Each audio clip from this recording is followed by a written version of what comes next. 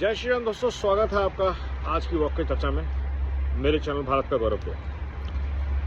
कल आतंकवादी उमर का एक वीडियो आया जिसमें उसने जस्टिफाई किया कि इस्लाम में टेरर अटैक करना जायज़ है और उनको जन्नत मिलती है टेररिस्ट को। और ये डॉक्टर बोल रहा है। Imagine the power of radicalisation. Now the challenge is not the terrorist, challenge है वो सेक्युलर लिबरल लोग जो इसको जस्टिफाई करते हैं, भटका हुआ नौजवान बोलते हैं और कवर करते हैं कि नहीं, this back happened because of that reason. चाहे वो पॉलिटिशियंस हो, राशिद मसूद जैसे, या कश्मीरी सीएम हो जो उसके कॉन्सिक्वेंसेस बताते हैं कि सरकार कंट्रोल नहीं कर पाई। तो आज उस डिबेट में नहीं जाएंगे और लेकिन ये डिस्कस करेंगे कि कौन इस चीज से भारत को, भारत के मुसलमानों को और शायद पूरी दुनिया को बचा सकता है। और वो हैं भारत के मुसलमान खुद।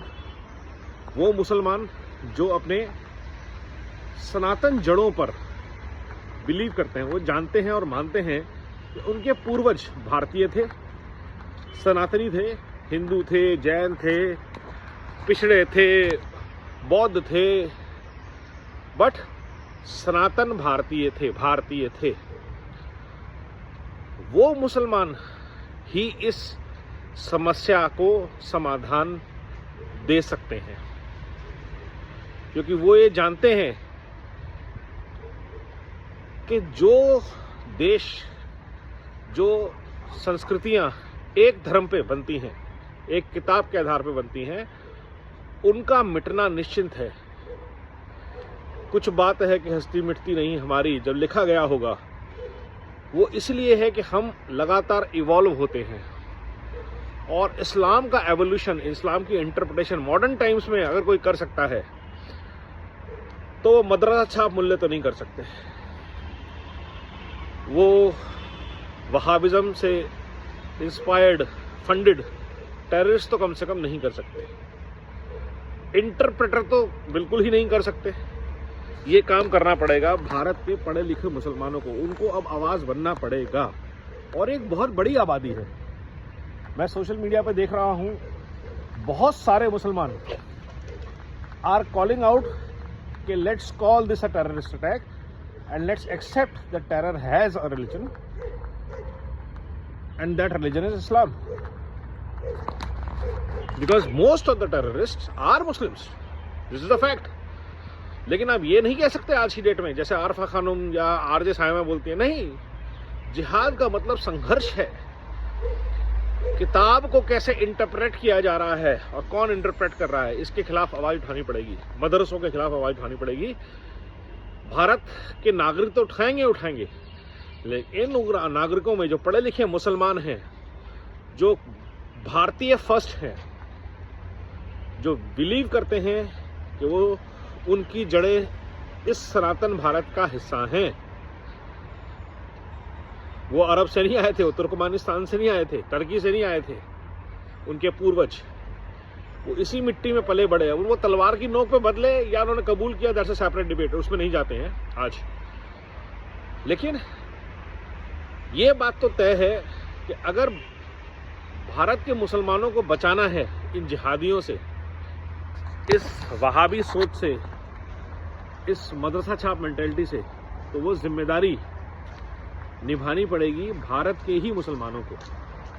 क्योंकि बाहर से कोई आके इनको बदल दे, ऐसा संभव नहीं है। जिस चीज़ में ये बिलीव करते हैं, जिस बुक में ये बिलीव करते हैं, जिस हदीस, जिस कुरान, जिस शरिया में ये लोग बिलीव करते हैं, उसकी इंटरप्रिटेशन आरिफ मोहम्मद खान जैसे लोगों को करनी पड़ेगी, कर रहे हैं। उस आवाज को बुलंद करना पड़ेगा,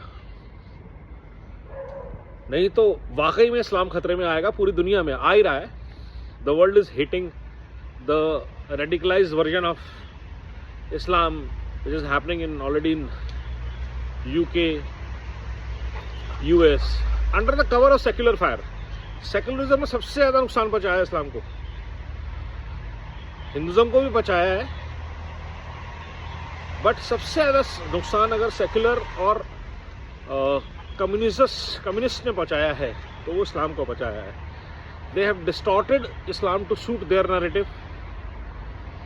एंड ऐसा नहीं है कि मौलवियों ने इसको यूज़ नहीं किया है, उन्होंने भी यूज़ किया है कम्युनिज्म की, लाल जिहाद की फोर्स को, लाल सलाम वालों को, खुद को सेक्युलर दिखाने के लिए।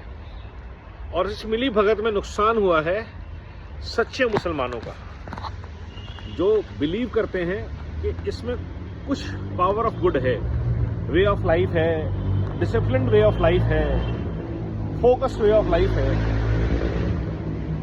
और ऐसे कुछ लोगों को शायद मैं भी जानता हूं या जानता था, बट मैंने उनको भी कन्वर्ट होते हुए देखा है ऐसी सोच के लिए ना।